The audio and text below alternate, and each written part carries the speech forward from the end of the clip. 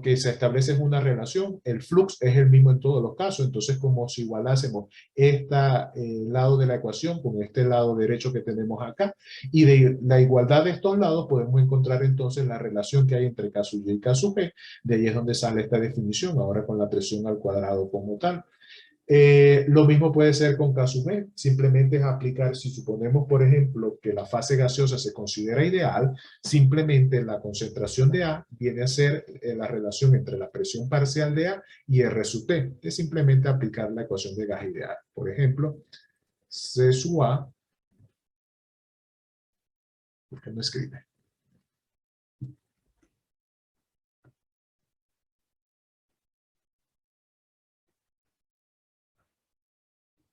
Ah, qué tonto, el color del lápiz era blanco. Entonces, simplemente, si la fase gaseosa se considera ideal, lo que estamos diciendo es que C sub A es igual a presión parcial de A sobre RT. Esa sería la condición de igualdad para establecer cómo la concentración de A se relaciona con la presión parcial de A. Y luego, una presión parcial o una fracción molar, lo que nos va a decir es que la fracción molar de A es igual al... Perdón.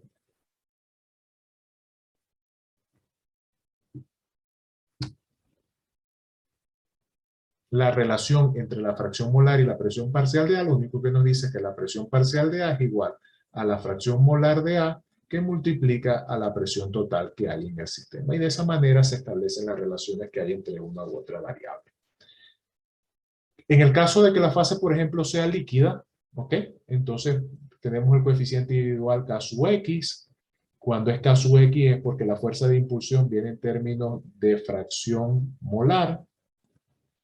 Cuando trabajamos con K sub L, entonces la fuerza de impulsión viene expresada en términos de delta de concentración. Aquí abajo entonces encontramos definiciones para calcular K sub X y K sub L en términos de difusividad, densidad, peso molecular promedio, espesor de la capa, y esto es la media logarítmica para la concentración de B que va a haber entre las dos zonas donde se intercambia la masa como tal. Por ejemplo, en el caso de PB, esa media logarítmica lo que viene a hacer es la presión parcial de B media logarítmica es igual a la presión parcial de B en el punto 2, presión parcial de B en el punto 1, logaritmo de la presión parcial de la especie B en el punto 2, presión parcial de B en el punto 1. Eso es lo que viene a ser la relación. Si la definimos en términos de fracción molar, simplemente donde está P, colocamos la fracción molar de la especie B entre los puntos 2 y 1 donde se está intercambiando. Esto es lo que es una media logarítmica en sentido matemático, la definición de una media logarítmica. ¿Cómo se relacionan estos parámetros en términos de coeficientes? Por ejemplo, aquí vemos la relación que hay entre K sub C y K sub G, es decir, esta relación que va a existir si tenemos, por ejemplo, la constante, el coeficiente de transferencia de masa expresado como un K sub G, porque teníamos la fuerza de impulsión en presión parcial y lo queremos llevar a un K sub C, simplemente multiplicamos por RT. O si tenemos igual el coeficiente de transferencia de masa expresado como K sub G, perdón.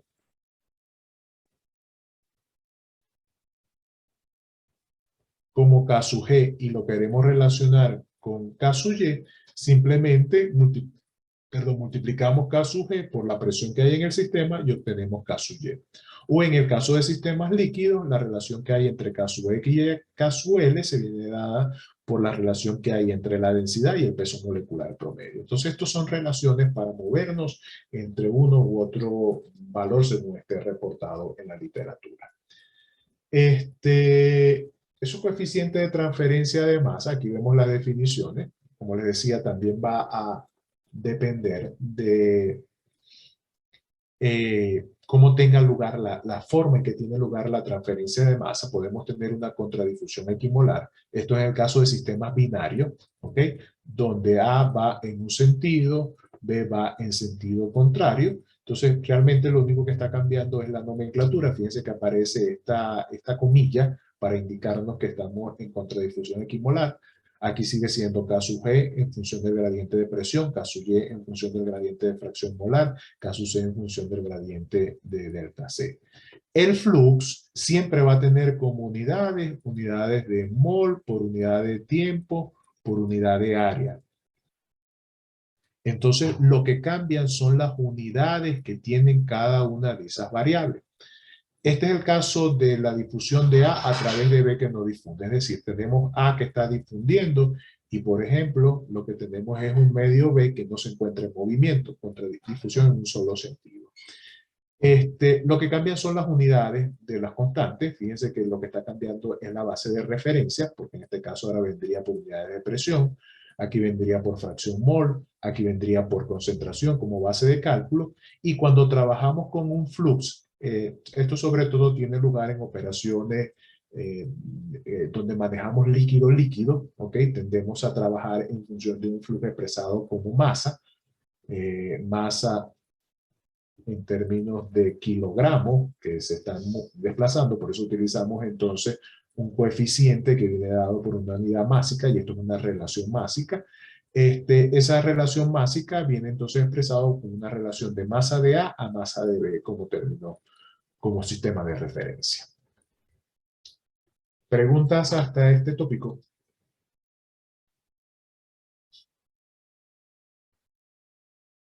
Ok.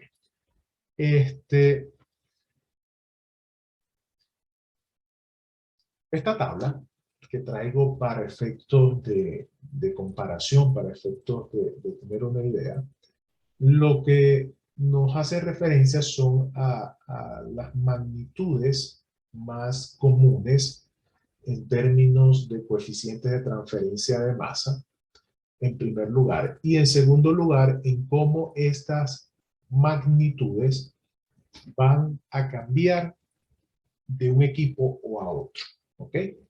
Es decir, en la medida de que trabajemos con diferentes equipos para transferencia de masa, vamos a tener diferentes valores de coeficiente de transferencia de masa.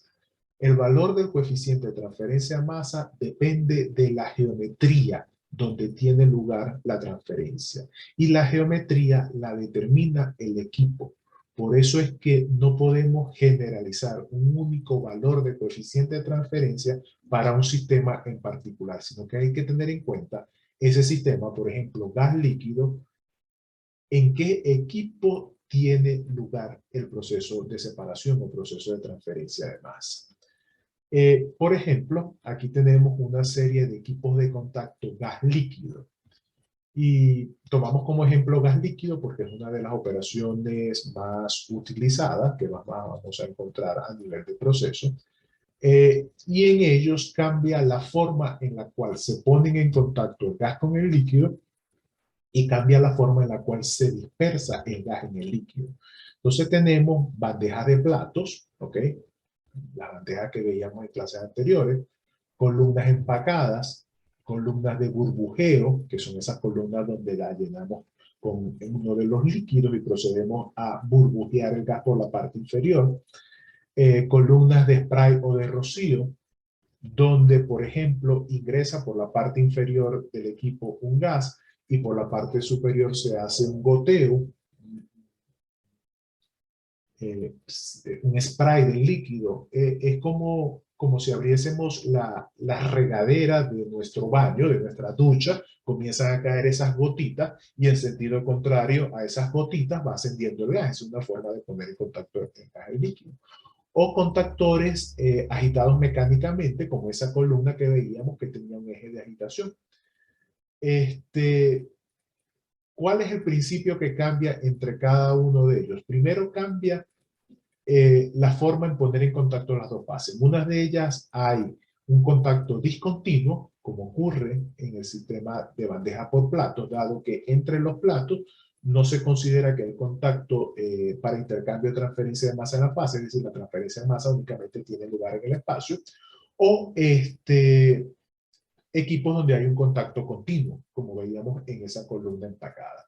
¿Qué va a suceder? Bueno, que eso va a cambiar el área disponible para la transferencia de masa y también podemos ver que se manejan diferentes velocidades promedio de gases. Entonces, al tener un cambio en la velocidad de gas, vamos a tener también un cambio en términos de la transferencia de masa. Entonces, por ejemplo, aquí podemos ver magnitudes de lo que es ese valor de K-L. Fíjense que esto es por 10 a la 4, o sea que son valores más pequeños. Los valores de coeficiente de transferencia de masa en fase líquida tienden a ser un poco más pequeños.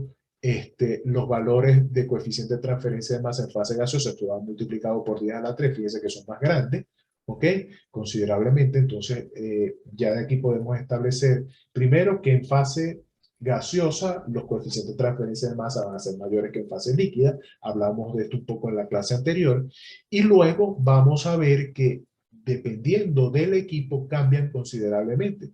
Fíjense, por ejemplo, lo que sería llevar a cabo un proceso de transferencia de masa en una columna de plato, donde supongamos se puede alcanzar el límite superior de un valor de K-Y de 6, con respecto a lo que sería utilizar una columna empacada, donde podemos alcanzar un valor de 2. Valor límite, por ejemplo, si comparamos los límites superiores. Entonces, fíjense que cambia ese valor, también cambia el área específica, esto es el área relativa al área superficial de metros cuadrados disponible para la transferencia de masa con respecto al volumen total que tiene el sistema para la transferencia de masa. Eso es lo que se conoce como área específica de transferencia de masa. Fíjense que en la columna empacada podemos alcanzar un límite superior de esa área, a diferencia de la columna de plato, no obstante por otras condiciones de la dinámica del fluido, aquí podríamos lograr tasas de transferencia mayor. Claro, en términos del límite superior. Ya luego, entre el rango, podemos, dependiendo del diseño, alcanzar valores promedio.